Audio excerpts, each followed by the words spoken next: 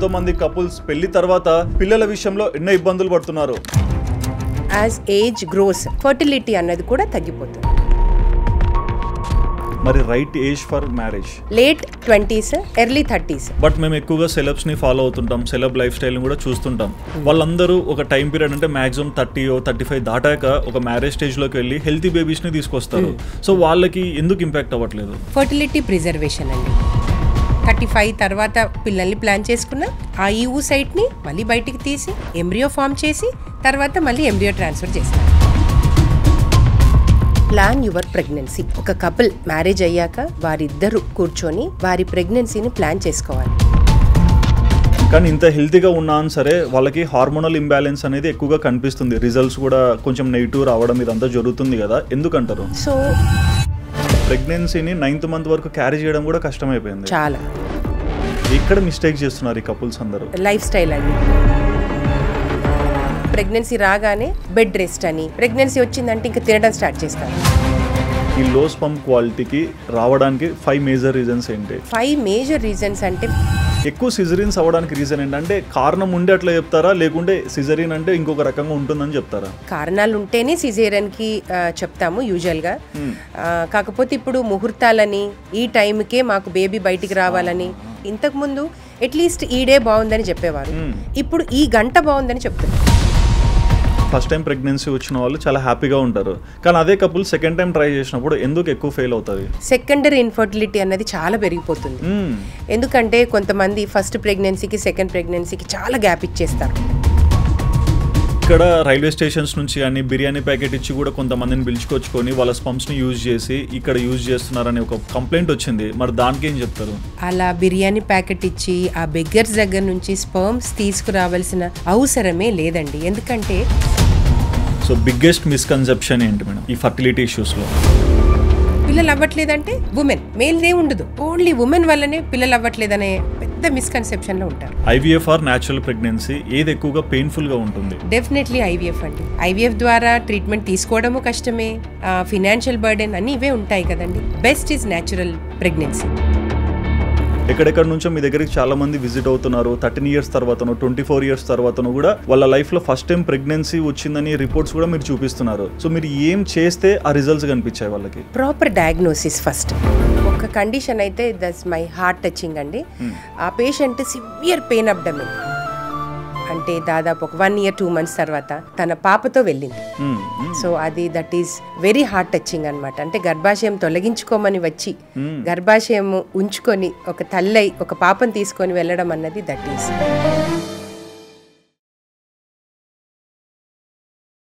Hi madam. Hello, ఎలా ఉన్నారు? బాగున్నాను. మేడం మీ గురించి ఇన్స్టాలో మీ రీల్స్ చాలా చూశాను. ఎంతో మంది ప్రెగ్నెన్సీ లేని వాళ్ళకు కూడా మీరు ఇక్కడికి వచ్చాక పాజిటివ్ రిజల్ట్ అయితే ఇస్తున్నారు. ఇన్ని ప్రొఫెషన్స్ ఇన్ని స్ట్రీమ్స్ ఉన్నాయి, బట్ ఫర్టిలిటీని మీరు ఎందుకు చూస్ చేసుకున్నారు? యాక్చువల్గా నేను ఫస్ట్ 5 years ఆబ్స్టెటిషియన్గా ఉన్నాను. ఆ టైంలో ఈ ఐవీఎఫ్ సెంటర్స్ కూడా చాలా తక్కువగా ఉండేవి. నాకు వచ్చిన కపుల్స్కి ఏదైనా ఫర్టిలిటీ ఇష్యూస్ ఉన్నాయి, నాకు పిల్లలు అవ్వట్లేదంటే వాళ్ళకి చిన్నగా మెడిసిన్స్ ప్రిస్క్రైబ్ చేసేదాన్ని. అంటే ఓరల్ ఏజెంట్స్ అంటారు కదా. సో అవి ప్రిస్క్రైబ్ చేసినప్పుడు అనుకోకుండా కపుల్ కన్సీవ్ అయినప్పుడు ఒక 2-3 సన్నివేశాలు అట్లా జరిగాయి. ఒక 2-3 కపుల్స్ నేనేదో సింపుల్గా మెడిసిన్ రాశాను. మ్యారేజ్ అయ్యి 5 years అయింది, పిల్లలు అవ్వట్లేదని చెప్తే సింపుల్గా ఒక మెడిసిన్ ప్రిస్క్రైబ్ చేశాక అనుకోకుండా ఆ కపుల్ ప్రెగ్నెన్సీ పాజిటివ్తో వచ్చింది. సో ఆ ఇన్సిడెంట్స్ అన్నది నాకు అంటే ఆ కపుల్లో ఉండే సంతోషం డిఫరెంట్గా ఉంది. అంటే న్యాచురల్గా వచ్చిన ప్రెగ్నెన్సీ డీల్ చేసే కంటే కూడా ఒక ఇన్ఫర్టిలిటీ కపుల్కి ప్రెగ్నెన్సీ రావడము, ట్రీట్మెంట్ విధానం ద్వారా ప్రెగ్నెన్సీ రావడం అన్నది చాలా సంతోషంగా అనిపించింది. వారి కళ్ళల్లో ఆ సంతోషాన్ని చూశాక అనిపించింది నేను ఒక ఫర్టిలిటీ స్పెషలిస్ట్ అయితే బాగుండు. ఇలాంటి ఎంతో మంది కపుల్స్ ఉంటారు, వారికి ఈ సంతోషాన్ని ఎందుకు ఇవ్వకూడదు అని చెప్పి కొద్దిగా నేను ఫర్టిలిటీ వైపు తీసుకొని ఫెలోషిప్ చేసి దాని తర్వాత అప్పుడు ఆ టైంలో చాలా కష్టంగా ఉండే. ఇలాంటి ఫెలోషిప్స్ కానీ డిగ్రీస్ కానీ లేవు, నేర్చుకోవాలంటే కూడా కష్టంగా ఉండేది. సో ఎక్కడికో వైజాగ్ వెళ్ళి అక్కడ ఒక కొన్ని డేస్ ఉండి తర్వాత ఇంకా కేరళ వెళ్ళి సో ముంబై వెళ్ళి అక్కడక్కడ నేర్చుకొని తర్వాత సెంటర్ స్టార్ట్ చేశాను. So that was my turning point. కొంతమంది కపుల్లో చూసిన సంతోషం నన్ను ట్రిగర్ చేసింది అంతే. అండ్ మేజర్గా చూడొచ్చు మేడం, అంటే చాలామంది కపుల్స్ పెళ్లి తర్వాత ప్రెగ్నెన్సీ విషయంలో ఎన్నో డౌట్స్ పడుతున్నారు. వాళ్ళకున్న డౌట్స్ సోషల్ మీడియాలో రకరకాల వీడియోస్ ద్వారా ఒక ఒపీనియన్ ఫామ్ చేస్తున్నారు. అసలు బేసిక్గా ఈ ఫర్టిలిటీ ఇష్యూ అంటే ఏంటి, దాన్ని ఎలా అర్థం చేసుకోవాలి? సో ఇన్ఫర్టిలిటీ అంటే ఏదైతే కపుల్కి ఒక 1 year టుగెదర్గా ఉండి ఎలాంటి గర్భనిరోధక మాత్రలు యూజ్ చేయకుండా ఉండి వారికి అయినా ప్రెగ్నెన్సీ రాలేదు అంటే వారిని ఇన్ఫర్టిలిటీ కపుల్ అంటాం. ఓకే.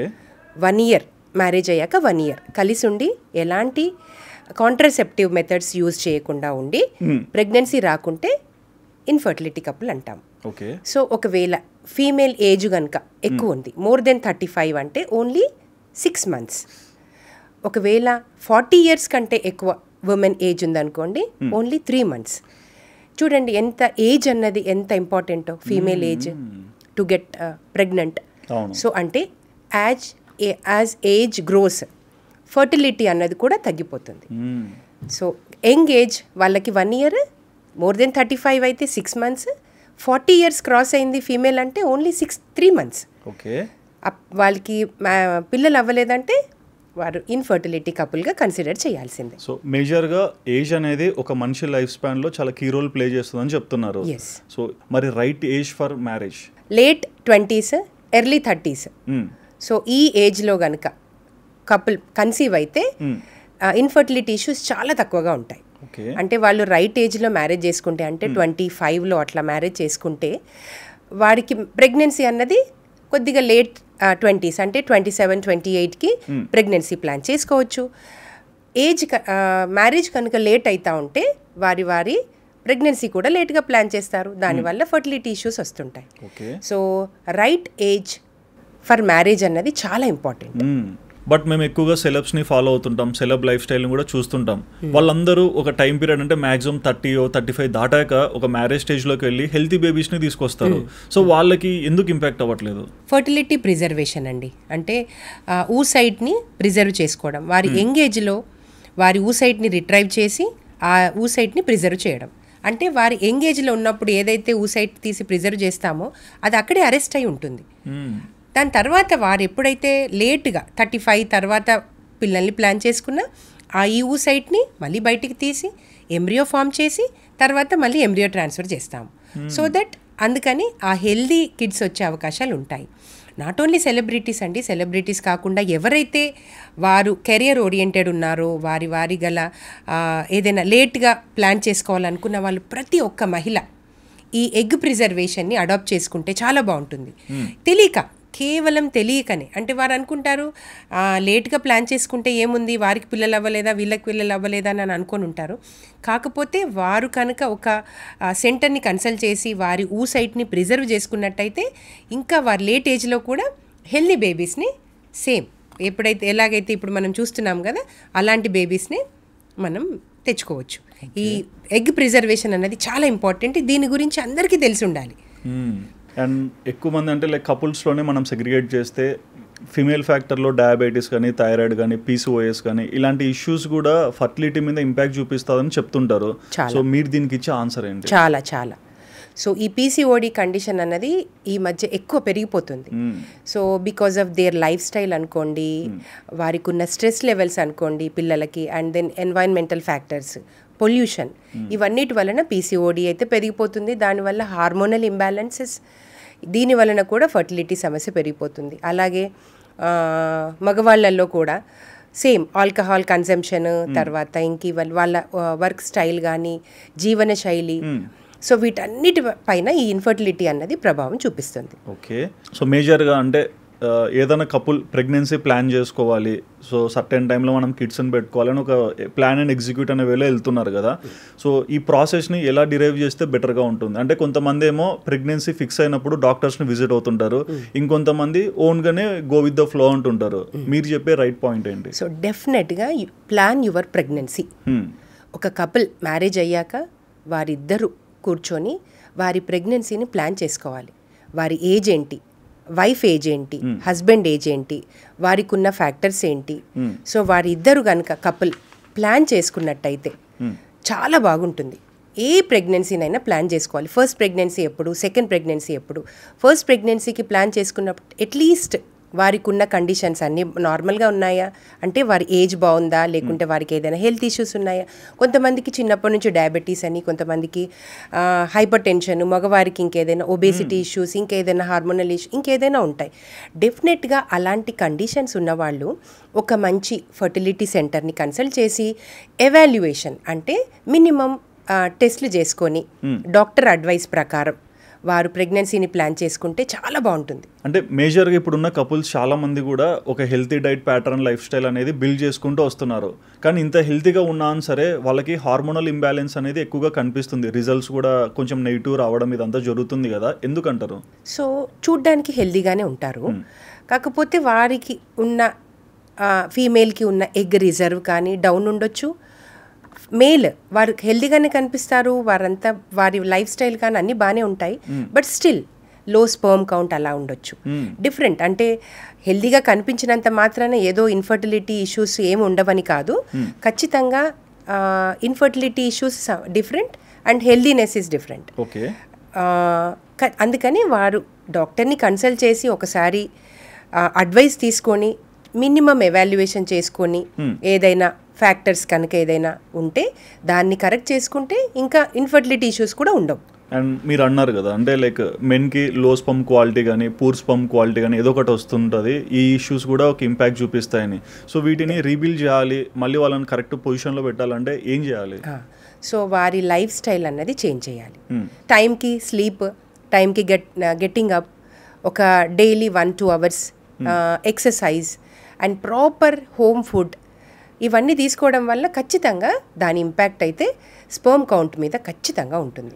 అండ్ దెన్ ఎవరైతే ఎక్సెసివ్ ఒబేస్ ఉన్నారో వారి వెయిట్ రిడక్షన్ తోటి కూడా డెఫినెట్గా, and those who are hypertensive and diabetic ఉన్నారో వారి ప్రాపర్ ట్రీట్మెంట్ తీసుకొని కంట్రోల్లో కనుక ఉన్నట్టయితే స్పర్మ్ కౌంట్ అన్నది డెఫినెట్గా నార్మల్కి వచ్చే అవకాశాలు ఉంటాయి. ఓకే, మీరు అంటే ఒక లైఫ్ స్టైల్ చేంజ్ అవుతే హెల్తీగా ప్రెగ్నెన్సీ వస్తుందనేది మీరు మెన్షన్ చేశారు. అండ్ నేను మీ రీల్స్ కూడా కొన్ని చూశాను, ఎక్కడెక్కడ నుంచో మీ దగ్గరికి చాలామంది విజిట్ అవుతున్నారు. 13 ఇయర్స్ తర్వాతనో 24 ఇయర్స్ తర్వాతనో కూడా వాళ్ళ లైఫ్లో ఫస్ట్ టైం ప్రెగ్నెన్సీ వచ్చిందని రిపోర్ట్స్ కూడా మీరు చూపిస్తున్నారు. సో మీరు ఏం చేస్తే ఆ రిజల్ట్స్ కనిపించాయి వాళ్ళకి? సో ఫస్ట్ వచ్చేసి ప్రాపర్ ఎవాల్యుయేషన్ అండి. ఆ కపుల్ వస్తారు కదా, అంటే క్రానిక్ ఇన్ఫర్టిలిటీ 13 ఇయర్స్ 20 ఇయర్స్ వచ్చే కపుల్ని తరోగా ఎవాల్యుయేట్ చేస్తాం. సో ఆ ఎవాల్యుయేషన్లో నాకు కనిపించింది ఏంటంటే, సో వారికి అవేర్నెస్ లేకపోవడమే.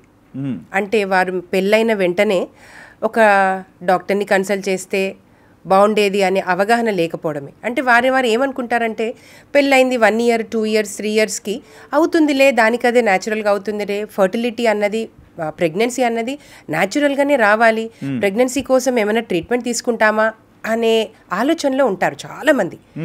సో వారు కనుక కొద్దిగా అవేర్నెస్ తోటి కొంచెం ఎర్లీ ఏజ్లో కనుక డాక్టర్ని కన్సల్ట్ చేస్తే చాలా బాగుండేది.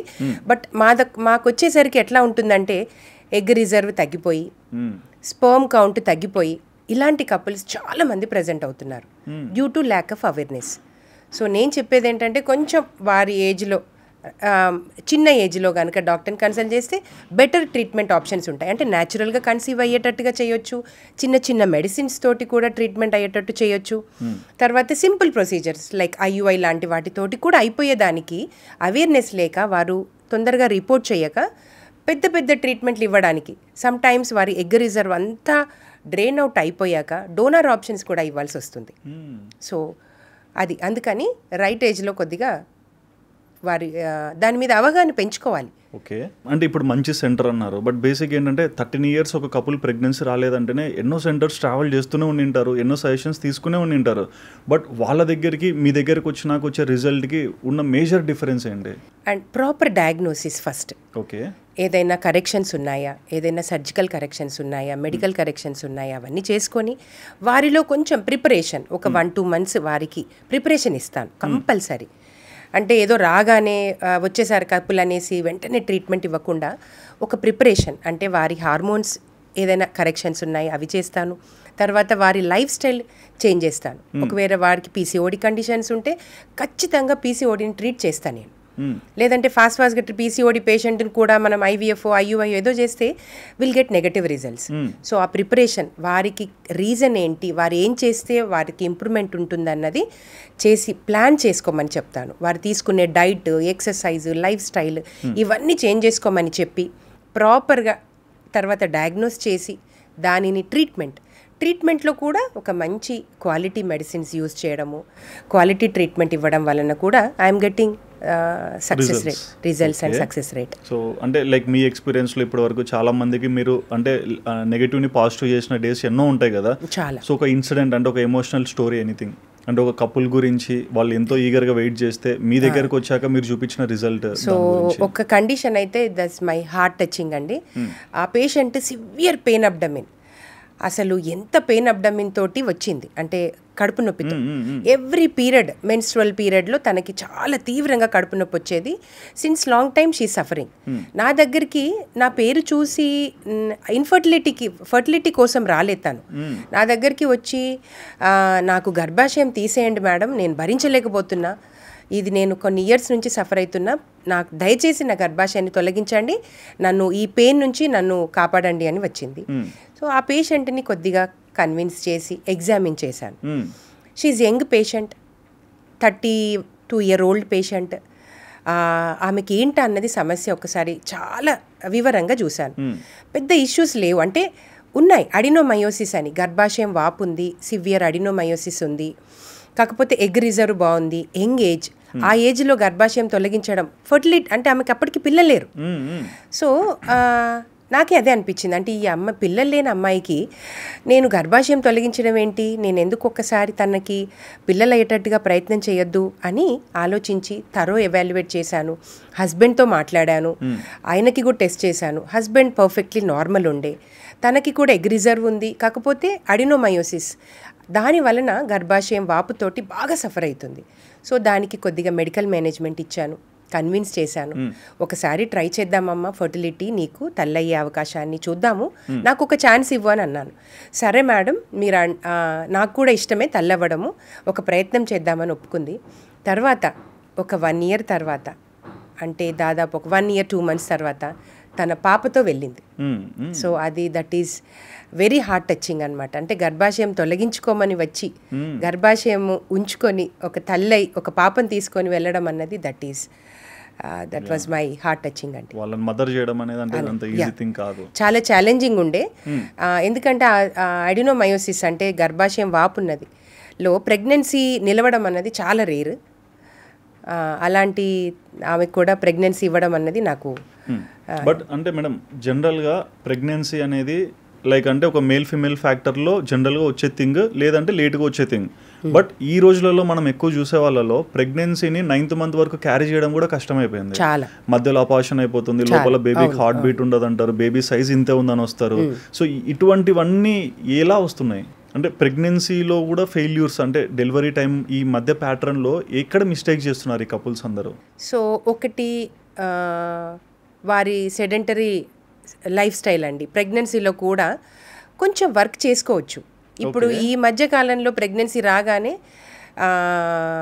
బెడ్ రెస్ట్ అని, కొంచెం ఓవర్ ఈటింగ్ అని, ప్రెగ్నెన్సీ వచ్చిందంటే ఇంకా తినడం స్టార్ట్ చేస్తారు. సో ఏం తినాలి, ఏం తినకూడదు అన్నది విచక్షణ లేకుండా, సో పేరెంట్స్ కూడా అంటే అతి గారాభం వల్లనో లేకుంటే ఇంకా ఓవర్గా చూసుకోవడం, అంటే చాలా ప్రెగ్నెంట్ లేడీని బాగా చూసుకోవాలనే దాంతో ఎక్కువగా బెడ్ రెస్ట్ ఇవ్వడము, ఏ పని చేయకపోవడము, ఓవర్ ఈటింగ్, దాని వలన కూడా సెడెంటరీ లైఫ్ స్టైల్ తోటి కొద్దిగా కాంప్లికేషన్స్ వస్తున్నాయి. తర్వాత ఇంకొక పాయింట్లో సరి అయిన పోషణ లేక, అంటే వారు ఎనీమిక్ ఉండి సరి అయిన పోషకాహారం లేక వారు కూడా కాంప్లికేషన్స్ని ఎదుర్కొంటున్నారు. అంటే బీదతనం వలన కూడా కాంప్లికేషన్స్ వస్తున్నాయి, తర్వాత ఓవర్ ఈటింగ్ వీటి వలన కూడా కాంప్లికేషన్స్ వస్తున్నాయి. అందుకని ప్రెగ్నెన్సీలో ఎలా ఉండాలి, ఏం ఉండాలన్నది కొంచెంగా తెలుసుకుంటే మనం కొన్ని కాంప్లికేషన్స్ని అవాయిడ్ చేయవచ్చు. తర్వాత కన్సల్టేషన్స్ అంటే రెగ్యులర్గా యాంటీనేటల్ చెకప్స్. తర్వాత వారు కూడా ఇంట్లో ఉన్నప్పుడు కూడా బీపీ మానిటరింగ్ అని, షుగర్ మానిటరింగ్ అని అది చేసుకోవచ్చు. అదంత పెద్ద ఇష్యూ ఏం కాదు. దానికోసము కంపల్సరీ డాక్టర్ని కన్సల్ట్ చేయాలని ఏమీ లేదు. ఇప్పుడు చాలా డివైజెస్ వచ్చేసాయి. సో గ్లూకోమీటర్స్ అని, తర్వాత బీపీ అపరేటస్ అని చిన్నగా డిజిటల్వి. సో దాంతో కూడా ఇంట్లో మానిటర్ చేసుకోవచ్చు. ఒకవేళ ఏదైనా రీడింగ్స్ ఎక్కువ ఉంటే మనం వెళ్ళి కన్సల్ట్ చేయవచ్చు. ఇలాంటివన్నీ చిన్న చిన్న పద్ధతుల ద్వారా అవాయిడ్ చేయవచ్చు. సో అంటే ఒక basic exercise platform, food and nutrition, food మంచి న్యూట్రిషన్, ఏం తినాలి ఏం తినకూడదు అన్నది తెలుసుకుంటే చాలా బాగుంటుంది. Okay, but first thing sperm quality మీద అందరూ రకరకాల రీజన్స్ చెప్తారు కదా. ఈ లో స్పమ్ క్వాలిటీకి రావడానికి 5 మేజర్ రీజన్స్ ఏంటి? సో 5 మేజర్ రీజన్స్ అంటే ఫస్ట్ నేనైతే లైఫ్ స్టైల్ ఫ్యాక్టర్స్ చెప్తాను. ఓకే. సెకండ్ది వారి గల జెనెటిక్ ఇష్యూస్. అంటే కొంతమందికి it carries in the family. So వారి పేరెంట్స్ నుంచి అంటే లో స్పర్మ్ కౌంట్ అన్నది కొద్ది జెనెటిక్ ఇష్యూస్ ఉంటాయి. తర్వాత హార్మోనల్ ఇంబ్యాలెన్స్, వారికి ఉండే ఏదైతే స్పర్మ్ ప్రొడక్షన్కి టెస్టోస్టిరాన్ అనే హార్మోన్ కానీ FSH హార్మోన్స్ ఇవి తక్కువ ఉండటం వలన కూడా స్పర్మ్ కౌంట్ తక్కువ ఉంటుంది. అదర్ ఇన్ఫెక్షన్స్, కామన్గా ఇన్ఫెక్షన్స్ కూడా వాటి వల్ల కూడా లో స్పర్మ్ కౌంట్ ఉండే మొటిలిటీ, కౌంట్, మార్ఫాలజీ ఇవన్నీ కూడా ఇన్ఫెక్షన్స్ వల్ల కూడా. తర్వాత ఇంకొకటి వ్యారికోసిల్ అనే కండిషన్, కామన్ కండిషన్. చాలా మందికి వ్యారికోసిల్ అని చూస్తుంటాము. అది కరెక్టబుల్ కూడా. మనం దానివల్ల కూడా లో స్పర్మ్ కౌంట్ అండ్ మార్ఫాలజీ లోగా చూస్తుంటాము. So these are the 5 major causes అన్నమాట. ఈ జనరల్ ప్యాటర్న్లో ఇప్పుడున్న లైఫ్ స్టైల్లో చూస్తే మోడ్రన్ ఎరా నడుస్తుంది. జనరల్ ప్రెగ్నెన్సీ నుంచి IVF అనే ప్రాసెస్ని కూడా బిలీవ్ చేస్తున్నారు జనాలు. సో ఈ IVF అంటే ఏంటి? దీని నుంచి వచ్చే రిజల్ట్స్ ఎంతవరకు గ్యారంటీ? సో IVF అంటే ఏదైతే న్యాచురల్గా లోపల రావాల్సిన ప్రెగ్నెన్సీని బయట చేయడం, అంటే ల్యాబ్లో IVF ల్యాబ్లో చేయడం. అంటే వారికి ఫీమేల్కి ఇంజెక్షన్స్ ఇచ్చి ఎగ్స్ పెంచాక ఎగ్ రిట్రైవల్ చేస్తాము. తర్వాత మేల్ నుంచి సెమెన్ కూడా కలెక్ట్ చేస్తాము. ఆ 2 ఇక్సీ విధానం ద్వారా 2 కలిపేస్తే ఫర్టిలైజేషన్. ఏదైతే ఫర్టిలైజేషన్ లోపల బాడీలో ట్యూబ్లో, ఫెలోపియన్ ట్యూబ్లో జరిగే ప్రాసెస్ని మనము ఇక్సీ మిషన్ ద్వారా ల్యాబ్లో ఫర్టిలైజేషన్ చేస్తాం. సో దెన్ ఎంబ్రియో ఫామ్ అవుతుంది. ఆ ఎంబ్రియోని కల్చర్ చేస్తాం. అంటే ఒక 5 days వరకు, కొంతమంది day 3 వరకు, కొంతమంది day 5 వరకు, బ్లాస్ట్ వరకు కల్చర్ చేశాక ఆ బ్లాస్ట్ని మళ్ళీ ఎంబ్రియో గర్భాశయంలో ట్రాన్స్ఫర్ చేస్తాం. సో ఈ ప్రాసెస్ని IVF అంటాం. ఓకే. సేమ్ థింగ్, ఏదైతే లోపల బాడీలో జరగాల్సిన హోల్ ప్రాసెస్ బయట బట్ ల్యాబ్లో చేయడం. ఇది ఎంతవరకు గ్యారంటీ? అంటే కొంతమంది మేము IVFలో ఫెయిల్ అయ్యాము, కొంతమంది మేము సక్సెస్ అయ్యామని చెప్పి వాళ్ళ ఒపీనియన్ షేర్ చేస్తుంటారు. డ్రాబ్యాక్ ఎక్కడ జరుగుతుంది, కొంతమందికి పాజిటివ్ ఎక్కడ జరుగుతుంది? సో మెయిన్ డ్రాబ్యాక్ అంటే మెయిన్ నెగటివ్ రిజల్ట్స్ ఎలా వస్తాయంటే, సో ఈ రిజల్ట్స్ అన్నవి కేవలం వారి గల ఎగ్ క్వాలిటీ, వారి మీద స్పర్మ్ క్వాలిటీ, మేల్లో sperm quality and the embryo and then uterus. So వీటిపైననే ఆధారపడి ఉంటాయి మెయిన్గా రిజల్ట్స్. సో ఎవరిదైతే ఎగ్ క్వాలిటీ లో ఉంది అంటే వారికి లో AMH ఉండడము, ఎగ్ రిజర్వ్ తక్కువ ఉండడము, ఎగ్ క్వాలిటీ తక్కువ ఉండడము, తర్వాత స్పర్మ్ క్వాలిటీ తక్కువ ఉండడము, సేమ్ టైం యూట్రస్లో కూడా ఎండోమెట్రియం అనేది చాలా ఇంపార్టెంట్. ఆ ఎండోమెట్రియం కూడా సరిగా లేకుంటే నెగటివ్ వచ్చే అవకాశాలు ఉంటాయి. ఒకవేళ వీరి కనుక అంటే ఒక 50% వీ కెన్ కరెక్ట్ దెమ్. అంటే మనకి ఇప్పుడు ఒక 10 oocytes వచ్చాయి అనుకోండి ఆ ఫీమేల్ నుంచి, అందులో కొన్ని బాగుంటాయి, కొన్ని బాగుండవు. సో మనము ఆ ఎగ్ని మంచి oocyteని సెలెక్ట్ చేసుకోవడము, ఆ స్పర్మ్లో ఉన్నవి కూడా మంచి స్పర్మ్ని సెలెక్ట్ చేసుకోవడం ద్వారా we can make a good quality embryo. దానిని కనుక మనము ఎంబ్రియో ట్రాన్స్ఫర్ చేసినట్టయితే సక్సెస్ రేట్స్ కూడా బాగుంటాయి. IVF విధానం ద్వారా ఇవి చేసే అవకాశాలు ఉంటాయి. సో నెగటివ్ ఏంటంటే ఇంకా అన్ని ఎగ్స్ వారి oocytes అన్నీ కామన్గా క్వాలిటీ లో ఉన్నట్టయితే, స్పర్మ్లో కూడా క్వాలిటీ చాలా మట్టుకి లో ఉన్నట్టయితే, అంటే మనం సెలెక్ట్ చేసుకోవడానికి కూడా వీలు లేకుండా ఉన్నప్పుడు, తర్వాత ఎండోమెట్రియంలో కూడా వెరీ బ్యాడ్ ఉన్నప్పుడు నెగటివ్ రిజల్ట్స్ వచ్చే అవకాశాలు ఉంటాయి. సో మన IVF ద్వారా ఇంప్రూవ్మెంట్ ఏంటంటే సెలెక్షన్. ఎండోమెట్రియంని కూడా కొంచెం మెడిసిన్స్ ద్వారా, హిస్ట్రోస్కోపీ చేసుకోవడం ద్వారా, ఇన్ఫెక్షన్స్ ఏదన్నా ఉంటే కంట్రోల్ చేసుకోవడం ద్వారా కొన్ని కరెక్షన్స్ చేయవచ్చు. అందుకని IVF విధానానికి వెళ్తే ఎవరైతే కపుల్ ఈ ఫ్యాక్టర్స్ ఉండి కూడా ఫర్టిలిటీ ఇష్యూస్ ఉన్నవాళ్ళు మనం IVF విధానం ద్వారా కొన్ని కరెక్షన్స్ చేయవచ్చు. ఓకే. అండ్ ఈ ఐవీఎఫ్ ప్రాసెస్ని స్టార్ట్ చేసి ఎండ్ చేయడానికి ఎంత టైం పడుతుంది?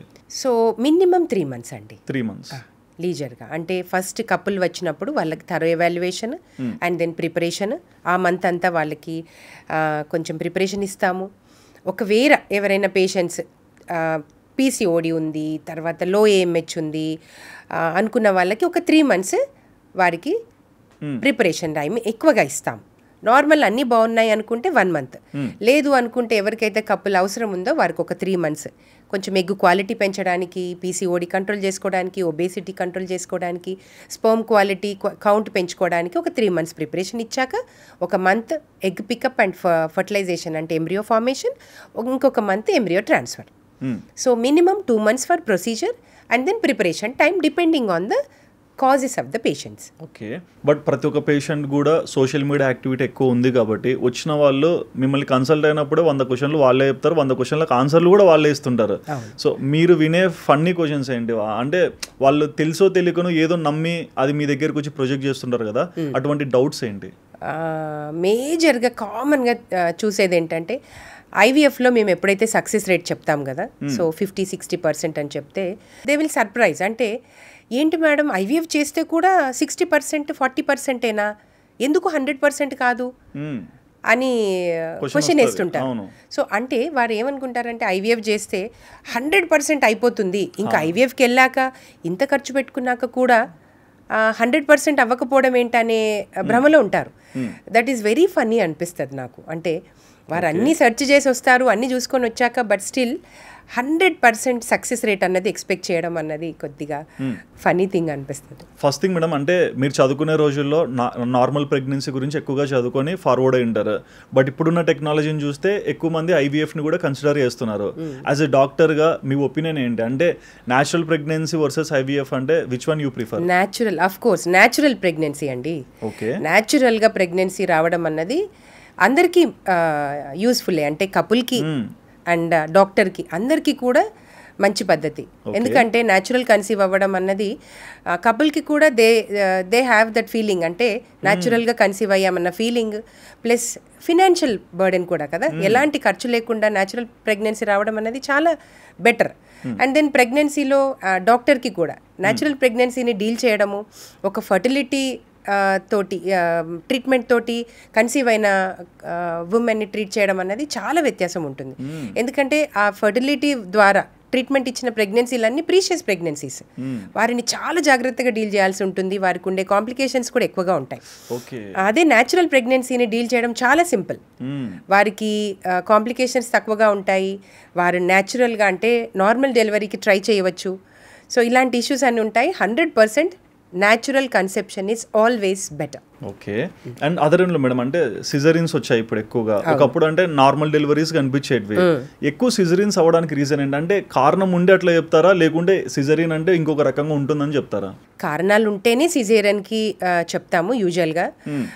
కాకపోతే ఇప్పుడు ముహూర్తాలని ఈ టైంకే మాకు బేబీ బయటికి రావాలని చాలా వచ్చేసాయి కదా. సో మెయిన్గా ముహూర్తాలు టైం చూసుకొని వస్తున్నారు. మేం చెప్పేది కాదు, వారే టైం చూసుకుంటారు. వారే ఇంతకుముందు అట్లీస్ట్ ఈ డే బాగుందని చెప్పేవారు, ఇప్పుడు ఈ గంట బాగుందని చెప్తున్నారు. ఈ గంటలోనే బేబీకి బయటికి రావాలి. కొంతమంది అయితే హాఫ్ అన్ అవర్కి కనీసం పేషెంట్ ఆపరేషన్ థియేటర్కి కూడా రావట్లేదు. సో అలాంటి ముహూర్తానికి ప్లాన్ చేసుకొని వారే డిసైడ్ చేసుకొని వారే టైం చెప్పి సెక్షన్ చేయమని వస్తున్నారు. సో ఇదొకటి, అది పోవాలి. దాని తర్వాత డెలివరీ అన్నది కూడా ప్లాన్ చేసుకోవాలి. మంచిగా పెయిన్స్ భరించే అది ఓపిక తెచ్చుకోవాలి. ఇవాళ రేపు ఉమెన్ అంటే చిన్న చిన్న నొప్పులకు కూడా భరించలేకపోతున్నారు. కనీసం మాకు పీవీ చేయడానికి కూడా అంటే ఎగ్జామినేషన్కి కూడా అలో చేయట్లేదు. సో అలాంటి వారు పెయిన్స్ని భరించడం అయితే కష్టమే. సో అది అడాప్ట్ చేసుకోవాలి. అంటే natural process is always better అని ఆ ఉమెన్ ఎవరైతే ప్రెగ్నెంట్ అంతా కూడా దానిపైన ఒక అవగాహన తెచ్చుకొని న్యాచురల్ డెలివరీ నార్మల్ డెలివరీకి ప్లాన్ చేసుకున్నట్టయితే so she can bear pain. తర్వాత ఇంక ఇప్పుడు కూడా పెయిన్లెస్ డెలివరీ కూడా వచ్చాయి. సో అది కూడా అడాప్ట్ చేసుకుంటే ఆ పెయిన్ కూడా తగ్గించవచ్చు. అప్పుడు నార్మల్ డెలివరీకి ప్లాన్ చేయొచ్చు. ఇంకా ఎనీ ఎమర్జెన్సీ ఉన్నా, ఒకవేళ నార్మల్కి ట్రై చేసిన బేబీకి యాస్ఫిక్సియా ఏదైనా ఉంది, కండిషన్ ఉంది అన్నప్పుడు సెక్షన్ చేసుకోవచ్చు. దాని తర్వాత ఇంకేదైనా మెడికల్ కండిషన్స్ లేదంటే మాల్ ప్రెజెంటేషన్స్, అంటే ఒకవేళ వేరే ప్రెజెంటేషన్ నార్మల్గా హెడ్ కిందికి ఉండాలి, కెఫాలిక్ ప్రెజెంటేషన్ కాకుండా ఎనీ మాల్ ప్రెజెంటేషన్స్ ఉన్నవి కూడా సి సెక్షన్కి ప్లాన్ చేసుకోవచ్చు. అదర్ మెడికల్ డిజార్డర్స్, పేషెంట్ చాలా కాంప్లికేషన్స్ ఉన్నాయి అనుకున్నప్పుడు సి సెక్షన్కి ప్లాన్ చేయొచ్చు. వీరు కాకుండా ఇంకా అందరూ ఉమెన్ ప్రెగ్నెంట్ లేడీస్ నార్మల్కి ట్రై చేస్తే చాలా బాగుంటుంది. ఈ ముహూర్తాలన్నీ కొద్దిగా పక్కన పెట్టేస్తే డాక్టర్ అండ్ జనరల్గా మేడం అంటే ఇప్పుడు ఫస్ట్ టైం ప్రెగ్నెన్సీ వచ్చిన వాళ్ళు చాలా హ్యాపీగా ఉంటారు, కానీ అదే కపుల్ సెకండ్ టైం ట్రై చేసినప్పుడు ఎందుకు ఎక్కువ ఫెయిల్ అవుతుంది? సెకండరీ ఇన్ఫర్టిలిటీ అన్నది చాలా పెరిగిపోతుంది. ఎందుకంటే కొంతమంది ఫస్ట్ ప్రెగ్నెన్సీకి సెకండ్ ప్రెగ్నెన్సీకి చాలా గ్యాప్ ఇచ్చేస్తారు. ఓకే. సో అలాంటి గ్యాప్లో కూడా వారి ఏజ్ క్రాస్ అవ్వడం వల్ల ఒక ప్రాబ్లమ్. తర్వాత ఇంకా అదర్ దెన్ అంటే ఇంకా వీరి క్వాలిటీ పడిపోవడము మెన్లో ఫీమేల్లో, సో ఇదొక రీజన్. తర్వాత ఇంకా వేరే ఇన్ఫెక్షన్స్ కానీ అది కానీ ట్యూబల్ బ్లాకేజెస్ ఇంకా అదర్ కండిషన్స్ వల్ల కూడా సెకండరీ ఇన్ఫర్టిలిటీ అన్నది చాలా ఎక్కువ పెరిగిపోతుంది. బికాజ్ ఆ ఫస్ట్ ప్రెగ్నెన్సీ ఏదో యంగేజ్లో ప్లాన్ చేసేస్తారు, ఆ యంగేజ్లో అయిపోతుంది. సెకండ్ ప్రెగ్నెన్సీ వరకు కొంచెం ఏజ్ పెరగడం ద్వారా సేమ్ కాంప్లికేషన్స్, సేమ్ ప్రాబ్లమ్స్ మళ్ళీ తిరిగి వచ్చేస్తూ ఉంటాయి. ఓకే. సో యాజ్ అ డాక్టర్గా ఒక ప్రెగ్నెన్సీని ఎన్ని స్టేజెస్గా డివైడ్ చేస్తారు? First month to 9th month 3 trimesters అంటాం. ఎర్లీ ట్రైమిస్టర్ అంటే ఫస్ట్ ట్రైమిస్టర్ 3 months వరకు, సెకండ్ ట్రైమిస్టర్ 7 months వరకు, and then up to 9 months వరకు థర్డ్ ట్రైమిస్టర్గా కన్సిడర్ చేస్తాం. ఓకే. సో ఏ స్టేజ్లో ఎలాంటి జాగ్రత్తలు ఉండాలి, ఎట్లుంటుంది condition of the baby? So 3 months వరకు అది చిన్నగా అంటే లోపల పెల్విస్లోనే ఉంటుంది, విత్ ఇన్ ద పెల్విస్ యూట్రస్లోనే ఉంటుంది, ఏం కనిపించదు. కాకపోతే ఇంపార్టెంట్ టెస్ట్లు అన్నవి 3rd monthలో అంటే ఎన్టీ స్కాన్ అని, డబల్ మార్కర్ అని, NIPTs అని కొన్ని ఇంపార్టెంట్ స్కానింగ్స్ టెస్ట్లు అన్నీ చేసుకుంటే బాగుంటుంది. ఏదైనా రూల్ అవుట్ చేయొచ్చు, ఏదైనా అబ్నార్మాలిటీస్ ఏదైనా ఉంటే రూల్ అవుట్ చేసుకోవచ్చు. దాని తర్వాత ఒకవేళ ఇవి బాగున్నావి అనుకుంటేనే ఫర్దర్గా ప్రెగ్నెన్సీ కంటిన్యూ చేయాలి. సో తర్వాత అవయవాల స్కానింగ్ అంటే సెకండ్ ట్రైమిస్టర్లో 20 weeks 16 weeksలో టీఫా స్కానింగ్ అని ఉంటుంది. సో అంటే అవయవాల లోపాలు ఏదైనా ఉన్నాయన్నది వెరీ వెరీ ఇంపార్టెంట్ స్కాన్. అది అప్పుడు చేసుకున్నట్టయితే అవయవాల లోపాలు అన్నవి బయటపడతాయి. ఓకే. దానివల్ల నేను బేబీ చిన్నగా పుట్టడం, సరిగ్గా గ్రోత్ లేకపోవడం అని చెప్పేది అంటే అవయవాల లోపాలు. TIFFA scanning is different. అంటే ఓన్లీ కేవలం అవయవాలు అన్నీ బాగున్నాయా, హెడ్ బాగుందా, బ్రెయిన్ బాగుందా, తర్వాత ఆర్గన్స్ అన్నీ డెవలప్మెంట్ వైజ్ బాగున్నాయా లేదన్నది చెప్తారు. అందులో ఏదైనా అబ్నార్మాలిటీస్ ఉంటే క్లియర్గా మెన్షన్ చేస్తారు. అలాంటి ప్రెగ్నెన్సీస్ని కంపల్సరీ టర్మినేట్ చేయాల్సి ఉంటుంది. అంటే చిన్న చిన్నవి కాకుండా మేజర్ థింగ్స్ ఉన్నవి కంపల్సరీ టర్మినేట్ చేయాల్సి ఉంటుంది. సో ఆ ఇంపార్టెంట్ స్కానింగ్ మిస్ అయిన వాళ్ళు సో ఇలాంటివి అంటే తెలుసుకోకుండా డెలివరీ అయ్యి తర్వాత ఆ ప్రాబ్లమ్స్ తోటి బేబీస్ని బేర్ చేయాల్సి ఉంటుంది. అందుకని ఖచ్చితంగా సెకండ్ ట్రైమిస్టర్లో TIFFA scanning is always best. అది మిస్ చేసుకోవద్దని అందరికీ తెలిసేటట్టుగా ఉండాలి. అండ్ కొంతమంది ఫిమేల్ని చూస్తాం అర్లీ డెలివరీస్ వస్తుంటాయి, అంటే 7th monthలోనో 8th monthలోనో బేబీని డెలివరీ చేస్తారు కదా. సో ఈ అర్లీ డెలివరీస్లో ఏమన్నా ఇష్యూస్ ఉంటాయా? ప్రీటర్మ్ డెలివరీస్ అంటే 9 months నిండక ముందే అయ్యే డెలివరీస్ని ప్రీటర్మ్ డెలివరీస్ అంటాము. సో ఆ ప్రీటర్మ్ డెలివరీ సెకండ్ ట్రైమిస్టర్లోనూ కూడా అవ్వచ్చు, అంటే ఎర్లీ థర్డ్ ట్రైమిస్టర్ అంటే 7th month దాటాక కూడా అవ్వచ్చు, డిపెండింగ్ ఆన్ కండిషన్స్. అంటే కొన్ని ఇన్ఫెక్షన్స్ వలన అంటే ఏదైతే యుట్రైన్ ఇన్ఫెక్షన్స్, వెజనల్ ఇన్ఫెక్షన్స్ వలన ప్రీటర్మ్ డెలివరీస్ అవ్వచ్చు. అండ్ దెన్ బేబీ కండిషన్స్ వలన కూడా అంటే లోపల ఫీటస్లో ఏదైనా ప్రాబ్లమ్స్ ఉన్నా కూడా ప్రీటర్మ్ డెలివరీస్ అవుతుంటాయి. ఇంకొకటి ఏంటంటే ఉమ్మనీరు పోవడం, అంటే ఎర్లీగా 7th monthలో PROM అంటాము, ప్రీ రప్చర్ ఆఫ్ మెంబ్రెయిన్స్. ఉమ్మనీరు లీక్ అవ్వడం ద్వారా ఆటోమేటిక్గా లేబర్లో సెట్ అయ్యి ప్రీటర్మ్ డెలివరీస్ అవుతుంటాయి. ఇవన్నీ మెటర్నల్ కండిషన్స్ వలన, ఫీటల్ కండిషన్స్ వలన ఇలాంటి జరిగే అవకాశాలు ఉంటాయి. హై రిస్క్ ప్రెగ్నెన్సీస్, PIH ఉన్నారు, డయాబెటిక్ ఉన్నారు, ఇలాంటి మెటర్నల్ కండిషన్స్ వల్ల కూడా ఎర్లీగా డెలివరీ అయ్యే అవకాశాలు ఉంటాయి. ఈ ప్రీటర్మ్ డెలివరీస్ బేబీస్ అన్నవి వెయిట్ తక్కువ ఉంటారు, గ్రోత్ తక్కువ ఉంటుంది, వారికి నియోనేటల్ కేర్ అవసరము, ఫినాన్షియల్ బర్డెన్ అవసరము, ఆ బేబీస్ కూడా అంటే రికవరీ అన్నది అంటే అవ్వచ్చు అవ్వకపోవచ్చు, ఇవన్నీ ఇష్యూస్ ఉంటాయి. నియోనేటల్ కేర్ దానిపైన ఆధారపడి ఉంటుంది. తర్వాత డెఫినెట్గా ఇదైతే ఫినాన్షియల్ బర్డెన్. సో ఈ ప్రీటర్మ్ డెలివరీస్ అవ్వకుండా ఉండాలంటే కొంచెం కేర్, ప్రెగ్నెన్సీలో తీసుకునే కేర్ అన్నది చాలా important. Madam present IVF babies మీద కూడా కొంతమంది వాళ్ళ ఒపీనియన్ షేర్ చేస్తుంటారు. ఎక్కువ మంది చెప్తుంటారు ఒక మాట ఏంటంటే ఐవీఎఫ్ బేబీస్ చాలా వీక్గా ఉంటారు, వాళ్ళ గ్రోత్ కూడా కొంచెం సరిగ్గా ఉండదు అంటారు. ఇది మిత్తా ఫ్యాక్టా? ఇన్ కేస్ దీనిపైన మీ ఒపీనియన్ ఏంటి? Completely myth. So IVF babies are normal babies. So ఎందుకంటే వారి ఊసైట్, వారి స్పర్మ్ ఏదైతే లోపల జరగాల్సింది మనము ల్యాబ్లో చేస్తున్నాం, అంతేగాని దట్స్ న్యాచురల్. ఆ ఎంబ్రియోని మళ్ళీ సేమ్ అదే ప్లేస్లో పెట్టేస్తున్నాం, అంతేగాని అదేదో ఆర్టిఫిషియల్ అని, ఆ బేబీస్ బాగుండరని, హెల్దీగా ఉండరని అనుకుంటారు. దట్స్ కంప్లీట్లీ మిత్ అండి. సో లేదంటే ఈ 50 years నుంచి ఐవీఎఫ్ అన్నది స్టార్ట్ అయింది కదా. సో అప్పటి నుంచి ఇంత హెల్దీ బేబీస్, ఆ బేబీస్కి మళ్ళీ బేబీస్ వచ్చిన వాళ్ళు కూడా ఉన్నారు కాబట్టి it's completely myth. Okay. And ఇంకొంతమంది అంటారు మేడం, అంటే ఐవీఎఫ్ ట్రై చేసాము, ఫస్ట్ అటెంప్ట్లో మాకు ఫెయిల్ అయిపోయింది. సో అలాంటి కేసెస్ మీ దగ్గర జరిగినప్పుడు వాళ్ళకి మీరు ఇచ్చే మోటివేషన్ ఏంటి?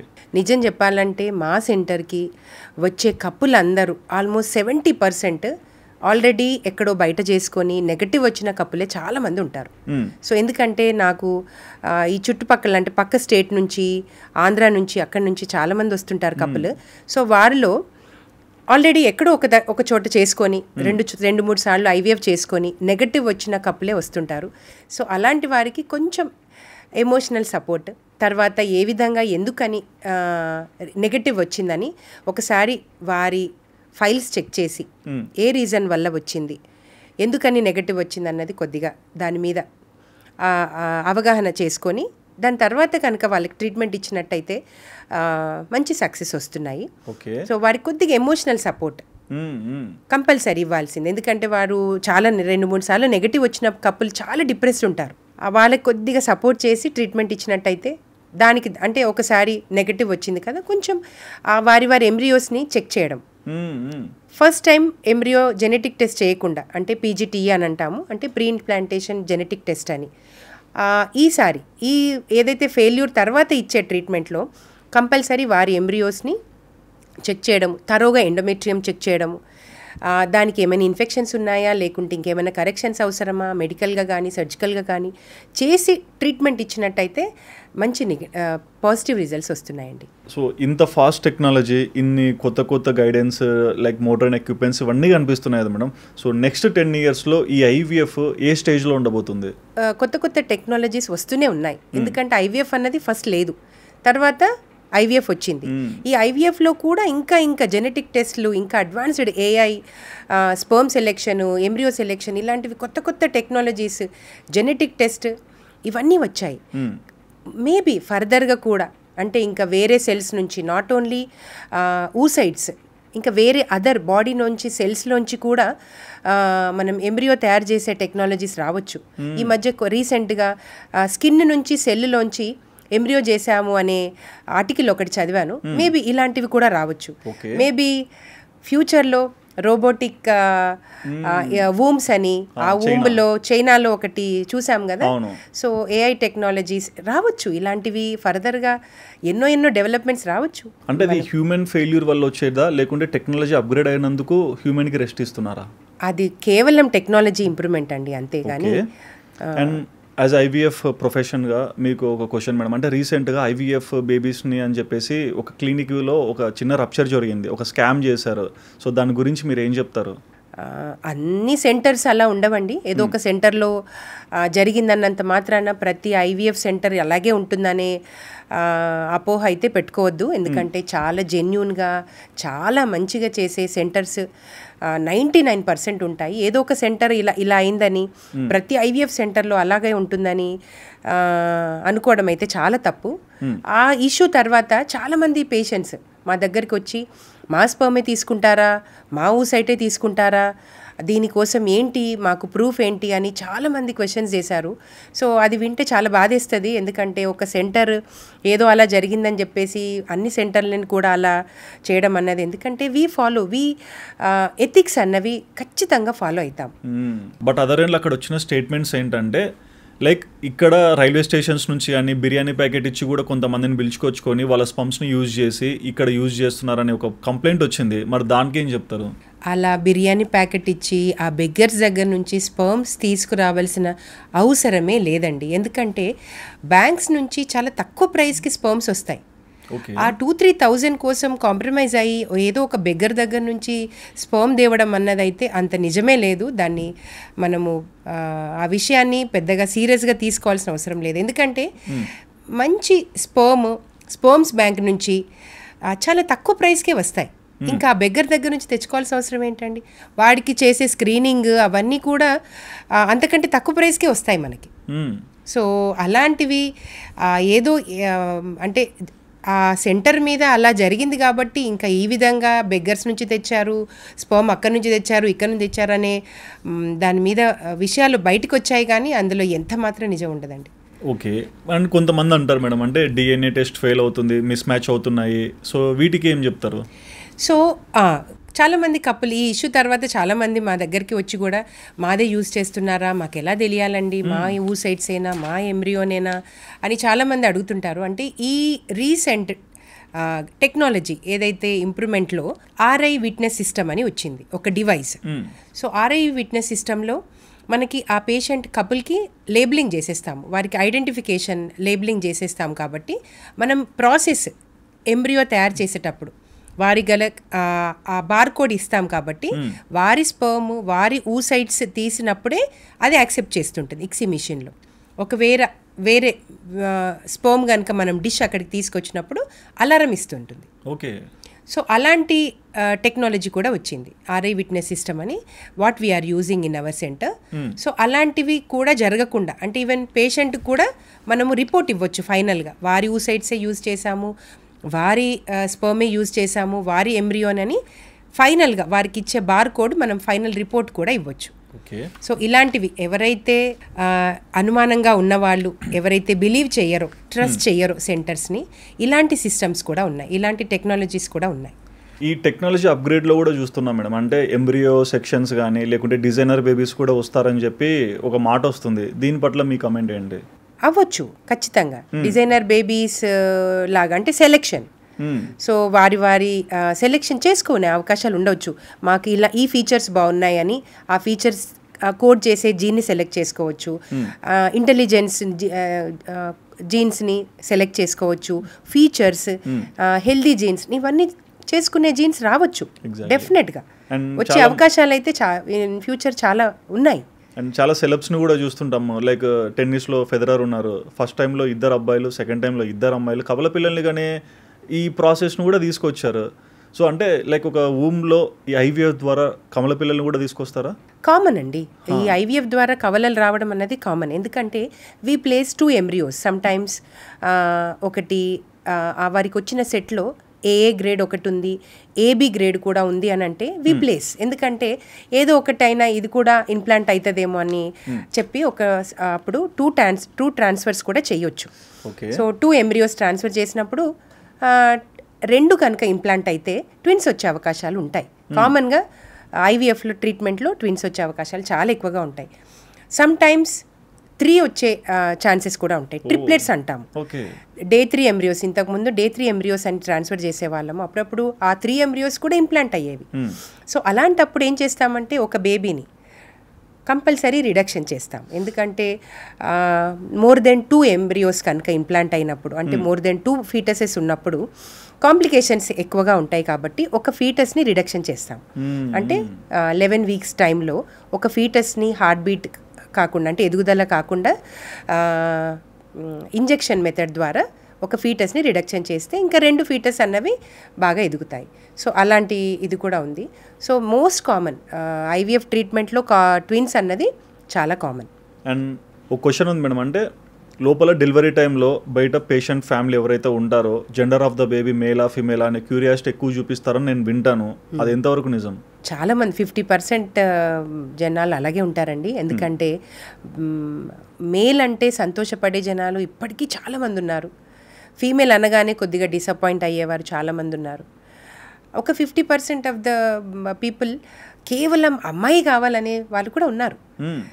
సో నిజంగా నాకు ఒకటి చాలా వండర్ అనిపించే థింగ్ ఏంటంటే, ఆ కపుల్కి మ్యారేజ్ అయ్యి చాలా ఇయర్స్ ఉంటుంది, 20 ఇయర్స్ 15 ఇయర్స్ క్రానిక్ ఇన్ఫర్టిలిటీ ఉంటుంది. కష్టపడి ఆ కపుల్కి ఐవీఎఫ్ ట్రీట్మెంట్ ఇచ్చి ప్రెగ్నెన్సీ పాజిటివ్ వచ్చేట్టు చేసి ఆ ఏజ్లో కూడా ప్రెగ్నెన్సీలో కూడా అన్ని హై రిస్క్ అన్నీ కూడా ట్రీట్ చేసి మంచిగా 9 months నిండే వరకు కూడా అప్పటి వరకు కంటిన్యూ చేసి డెలివరీ చేశాక బయటికి వెళ్ళాక నాన్న నీకు ఈ 20 ఏళ్ళ తర్వాత పాప వచ్చింది బాబు అంటే పాప వచ్చిందా, అయ్యో పాప వచ్చిందా మేడం అనే వాళ్ళు కూడా ఉన్నారు. అప్పుడు చాలా బాధేస్తుంది. ఇంత ట్రీట్మెంట్ తర్వాత కూడా ఒక అమ్మాయిని పాప వచ్చిందని యాక్సెప్ట్ చేయలేకపోతున్నారని బాధేస్తుంటుంది. ఇంకా కొంతమంది 2 అమ్మాయిలు ఉన్నారు, మాకు బాబే కావాలి ఈ టైం అని చాలామంది కప్పులు వస్తుంటారు. సో వారిని కన్విన్స్ చేసి సో చేసేవారికి నా తల ప్రాణం తోక్కొస్తుంది. 2 అమ్మాయిలు ఉన్నారు, మాకు 1 అమ్మాయి ఉంది, తర్వాత మాకు కంపల్సరీ ఇప్పుడు మేలే కావాలి, మీ ఎంబ్రియో సెలెక్షన్లో మాకు మేల్ బేబీని ట్రాన్స్ఫర్ చేయగలుగుతారా అని దాదాపు రోజుకొక 2-3 కప్పులన్నా ఉంటారు. సో అంటే 2 ఆడపిల్లల తర్వాత వారికి మేలే కావాలి. సో 2 మేల్ ఉన్న వాళ్ళు మాకు ఫీమేలే కావాలి అని ఎంబ్రియో సెలెక్షన్కి వచ్చే కపుల్స్ చాలామంది ఉంటారు. వారిని కన్విన్స్ చేసి అసలు మీకు ఇప్పుడు 2 పిల్లల తర్వాత మళ్ళీ పిల్లలు ఏంటండి అని కన్విన్స్ చేసి మాకు అలాంటి సెలెక్షన్ ఆప్షన్ ఏమీ ఉండదు, అది తప్పు అని చెప్పి పంపించే కపుల్స్ కూడా చాలామంది ఉంటారు. అండ్ ఈ ఐవీఎఫ్ ద్వారా కూడా మాకు సెలెక్షన్ ఆఫ్ బేబీ మేల్ కావాలి ఫీమేల్ కావాలని ఇట్లా కూడా అడుగుతుంటారా? చాలామంది అడుగుతుంటారు. మా ఎంబ్రియోని మేల్ ఎంబ్రియో కావాలి ఫీమేల్ ఎంబ్రియో కావాలని చాలామంది అడుగుతుంటారు. సో మన ఇండియాలో అయితే ఆ సెలెక్షన్ ఆప్షన్ అయితే లేదండి. మనము మన ఎంబ్రియోస్ని చూసి ఏదైతే మనం ఆ ఎంబ్రియో తయారు చేశాక ఆ ఎంబ్రియో మేలా ఆ ఎంబ్రియో ఫీమేలా అని ఐడెంటిఫికేషన్ అయితే ఉండదు. All embryos looks alike, same అలాగే ఉంటాయి. వారికి తెలియదు ఆ విషయం. అంటే మేల్ ఒకలాగా ఉంటుంది ఫీమేల్ ఒకలాగా ఉంటుంది అనే అపోహలో ఉంటారు. ఏముంది మేడం మీరు వేయడానికి, మీరు వేస్తారు, మీరు అనుకుంటే చేయగలుగుతారని ఇంకా రివర్స్ మనల్ని అడుగుతూ ఉంటారు. లేదు మేడం మీరు అంటే చేస్తారు, అనుకుంటే చేస్తారు, మీ లోపల జరుగుతుంది. నేను పలానా వాళ్ళకి మేల్ బేబీని చూశాను, పలానా వాళ్ళకి ఫీమేల్ బేబీని చూశాను, అదేదో న్యాచురల్గా వచ్చినది అయ్యి ఉంటుంది. అంతేగాని మనం ఏదో సెలెక్షన్ చేసింది అయ్యి ఉండదు. దాన్ని తీసుకొని కప్పులు వచ్చేసి మీరు పలానా వాళ్ళకి ఆ పాప తర్వాత బాబే వచ్చాడు అని అంటుంటారు. అది అందులో నిజమైతే లేదు. ఓకే. అండ్ ఐవీఎఫ్ ఇవన్నీ వీటి గురించి చాలామంది ఎక్స్ప్లెయిన్ చేస్తుంటారు. అండ్ సురోగసీ గురించి మీరు ఏం చెప్తారు? సరోగసీ రెగ్యులేషన్ యాక్ట్ 2021లో ఇంప్లిమెంట్ చేశారు. అంటే స్ట్రిక్ట్గా, అంతకుముందు కొంచెం చాలా ఈజీగా ఉండే సరోగసీ చేసుకోవడం కానీ చేయడం కానీ. సో చాలా స్ట్రిక్ట్ రెగ్యులేషన్స్ ఇంప్లిమెంట్ చేసింది గవర్నమెంట్. ఎవరికైతే ఇండికేటెడ్ అంటే ఎవరైతే గర్భాశయము పనికిరాని పరిస్థితిలో ఉన్నప్పుడు మాత్రమే వారు సరోగసీ చేసుకునే రూల్ని తీసుకొచ్చింది గవర్నమెంట్. దాని ప్రకారంగానే అంటే ఏదైతే ఉమెన్ ఏజ్లో అంటే అండర్ 50 years లోపల ఉండి తన యుట్రస్ ప్రెగ్నెన్సీకి యూస్ఫుల్ కాని పక్షంలో, తన మెడికల్ కండిషన్స్ ప్రెగ్నెన్సీని క్యారీ చేయని పక్షంలో మాత్రమే సరోగసీని మనము అడాప్ట్ చేసుకోవచ్చు. సో అలాంటి స్ట్రిక్ట్ ఇంప్లిమెంటేషన్స్ దాని ప్రకారంగానే సరోగసీ చేయాలి. సో ఇప్పుడైతే నాకు తెలిసి దాదాపు అలాంటి కండిషన్స్లోనే అందరూ ఇంప్లిమెంట్ చేస్తున్నారు. ఏదో మొన్న వచ్చిన ఇష్యూస్ ఏదో కొద్ది గొప్ప అలాంటివి సెంటర్స్ వలన అయినదని చెడ్డ పేరు వచ్చింది, కానీ అదర్వైజ్ అందరూ స్ట్రిక్ట్గా ఎథిక్స్ ఫాలో అయ్యి చేసిన వాళ్ళే ఉంటారు. మేడం కొన్ని rapid fire questions, straight answer కావాలి. సో బిగ్గెస్ట్ మిస్కన్సెప్షన్ ఏంటి మేడం ఈ ఫర్టిలిటీ ఇష్యూస్లో? బిగ్గెస్ట్ మిస్కన్సెప్షన్ అంటే 100% సక్సెస్ రేట్ ఉండటం అన్నది పెద్ద మిస్కన్సెప్షన్ అండి. ఓకే. అండ్ దెన్ ఇంకొకటి వచ్చేసి ఈ ఇన్ఫర్టిలిటీ బేబీస్, ఆర్టిఫిషియల్ బేబీస్ హెల్దీగా ఉండరు అన్నది. తర్వాత ఇంకొకటి ఫర్టిలిటీ రీజన్స్, కేవలం ఉమెన్ వల్లనే ఇన్ఫర్టిలిటీ ఉంటుంది అనే ఒక పెద్ద మిస్కన్సెప్షన్. పిల్లలు అవ్వట్లేదంటే ఉమెన్, మేల్దే ఉండదు, ఓన్లీ ఉమెన్ వల్లనే పిల్లలు అవ్వట్లేదనే పెద్ద మిస్కన్సెప్షన్లో ఉంటారు. ఓకే. సో అంటే ఐవీఎఫ్ స్పెషలిస్ట్గా ఎన్నో ఇయర్స్ నుంచి రన్ అవుతున్నారు. సో బెస్ట్ రివార్డ్ ఏంటి మీరు మీ ప్రొఫెషన్లో చూసిన best reward?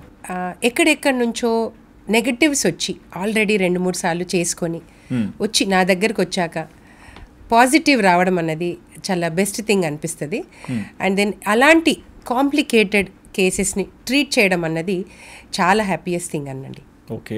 Most significant change ఈ ఫర్టిలిటీలో మీరు చూసింది ఏంటి మేడం, అంటే ఇండియన్ ఆపరేషన్స్లో? ఈ మధ్య కాలంలో చేంజ్ ఏంటంటే చాలా ఇన్ఫర్టిలిటీ సెంటర్స్ రావడం. ఓకే. It's like booming. అంటే బోలెడన్ని సెంటర్స్ రావడము, తర్వాత అవేర్నెస్ కూడా వచ్చింది. ఇంతకు ముందు కంటే ఇప్పుడు కొద్దిగా అవేర్నెస్ కూడా డెవలప్ అయింది.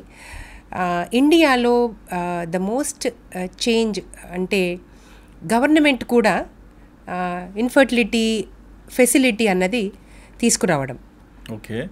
సో ఇంతకుముందు గవర్నమెంట్ సర్వీస్లో లేవు ఫర్టిలిటీ ట్రీట్మెంట్ అన్నది పేదవాళ్ళకి అందకపోయేది. ఇప్పుడు గవర్నమెంట్లో కూడా ఫ్రీగా ట్రీట్మెంట్ ఇవ్వడం అన్నది చాలా పెద్ద చేంజ్ అనిపించింది నాకు. Okay. What message you would like to convey, అంటే ఎక్కువ మంది కపుల్స్ ఎవరైతే ఫర్టిలిటీ ఇష్యూస్తో ఫేస్ చేస్తుంటారో వాళ్ళకి మీరు ఇవ్వాలనుకుంటున్న మెసేజ్ ఏంటి? సో వారికి నేను చెప్పేది ఏంటంటే you are not alone. So don't lose hope. Just your journey is unique, the pathway is different. అంతేగాని నీలాంటి వారు చాలామంది ఉంటారు. ట్రై చేస్తే ఖచ్చితంగా ప్రెగ్నెన్సీ వస్తుంది. ఏదో ఒక విధానం, చాలా బోలెడ్ అనే పద్ధతులు ఉన్నాయి. ఏదో ఒక విధానం ద్వారా ఖచ్చితంగా ప్రెగ్నెన్సీ వస్తుంది. అండ్ టెక్నాలజీ పెరిగింది. So what are the current trends madam ఈ ఫర్టిలిటీస్లో? సో ఏఐ అన్నది చాలా మట్టుకు రీప్లేస్ చేసింది మాకు యాజ్ ఎ క్లినిషియన్స్కి కూడా. అంటే క్లినికల్ డాటా నుంచి తర్వాత పేషెంట్ ఫాలోఅప్ని తర్వాత వాడికి ట్రీట్మెంట్ విధానంలో కూడా మాకు ఏఐ చాలా హెల్ప్ చేస్తుంది. దాని తర్వాత ఐవీఎఫ్ ల్యాబ్లో sperm selection, oocyte selection, embryo selection, తర్వాత జెనెటిక్ టెస్టింగ్, ఇవన్నిట్లో కూడా ఏఐ చాలా మటుకు రీప్లేస్ చేసింది మాకు. వీటన్నిటి ద్వారా సక్సెస్ రేట్ చాలా ఇంప్రూవ్ అవుతున్నాయి. ఓకే. అండ్ దెన్ సేమ్ ఇదే మీరు అనుకున్నట్టుగా అంటే ఏదైతే ఇన్ఫర్మేషన్ విట్నెస్ సిస్టము ఇవన్నీ కూడా హెల్ప్ అవుతున్నాయి. అంటే పేషెంట్కి అనుమానాలు లేకుండా ప్రూవ్ చేయడానికి ఈ ఏఐ సిస్టంలో కూడా చాలా మటుకు హెల్ప్ అవుతుంది. అండ్ ఎక్కువ మంది కపుల్స్ ప్రెగ్నెన్సీ విషయంలో ఎన్నో డౌట్స్ పడుతుంటారు కదా, వాళ్ళకు ఒక బెస్ట్ లైఫ్ స్టైల్ టిప్ ఏం చెప్తారు? వారి లైఫ్ స్టైల్ చేంజెస్ అండి. అంటే రోజు proper sleep, proper diet, exercise, ఇవి బెస్ట్ అండి. వీటి ద్వారా ఆ ఫర్టిలిటీని ఒక 50% రికవర్ చేయొచ్చు. ఓకే. 50% రియల్లీ. అంటే జస్ట్ సింపుల్ వారు టైంకి లేవడం, టైంకి పడుకోవడము, స్ట్రెస్ లేకుండా ఉండడము, and then minimum exercises and diet. ఏదైతే ఈ ప్లాస్టిక్ యూసేజ్ ఇవన్నిటి ద్వారా కూడా చాలా మట్టుకి ఫర్టిలిటీ చాలా వచ్చేస్తుంది. ఇవన్నీ అవాయిడ్ చేయడం ద్వారా మనం ఫర్టిలిటీని మనం రీగెయిన్ చేసుకోవచ్చు. ఓకే. అండ్ ఐవీఎఫ్ని ప్రిఫర్ చేసే వాళ్ళు ఉంటారు. సో రైట్ ఏజ్ ఏంటి? So late 20s, early 30s అండి. ఐవీఎఫ్ ఆర్ న్యాచురల్ ప్రెగ్నెన్సీ, ఏది ఎక్కువగా పెయిన్ఫుల్గా ఉంటుంది? డెఫినెట్లీ ఐవీఎఫ్ అండి. ఐవీఎఫ్ ద్వారా ట్రీట్మెంట్ తీసుకోవడము కష్టమే, ఫినాన్షియల్ బర్డెన్ అన్నీ ఇవే ఉంటాయి కదండి. So always best is natural pregnancy. Stress వల్ల ఫర్టిలిటీ పోతుంది, ఇంపాక్ట్ అవుతుంది ప్రెగ్నెన్సీ అంటారు, నిజమేనా? నిజమే. Stress it's all hormonal. Fertility అంటే ఏంటి? హార్మోన్స్ దేనివల్ల? అవి నార్మల్గా హార్మోన్స్ ఉండాలంటే మన స్ట్రెస్ లెవెల్స్ నార్మల్గా ఉంటేనే హార్మోన్స్ నార్మల్గా ఉంటాయి. స్ట్రెస్ ఇంక్రీజ్ అవుతుంది అంటే డెఫినెట్గా హార్మోన్స్ ఇంబ్యాలెన్స్ స్టార్ట్ అవుతుంది. So finally infertility. అంటే లైక్ ప్రొఫెషనల్గా మీరు డాక్టర్, ఇది మాకు ఎప్పుడు కనిపిస్తుంది సోషల్ మీడియాలో. బట్ అదర్ ఎండ్లో కొంచెం హ్యూమానిటీతో సోషల్ సర్వీస్ కూడా చేస్తుంటారు కదా, ఈ యాక్టివిటీ ఎందుకు చేస్తుంటారు? యాక్చువల్గా ఐవీఎఫ్ ట్రీట్మెంట్ అన్నది కాస్ట్లీ. ఎందుకంటే అందులో యూజ్ చేసే ఇంజెక్షన్సే తీసుకోండి, అది మనం ఎంబ్రియో తయారు చేసే విధానం అంటే ఇంక్యుబేటర్స్ కానివ్వండి, లోపల మీడియాస్ కానివ్వండి, ఇవన్నీ కాస్ట్లీ. ఎంత లేదన్నా కాస్ట్లీనే అవుతుంది. సో ఇలాంటి కాస్ట్లీ ఐటమ్ అంటే అందరికీ అవైలబుల్ ఉండదు. కొంతమంది పేద దంపతులు నిజంగా వారికి కంపల్సరీ ఐవీఎఫ్ఏ చేయాల్సి వస్తుంది.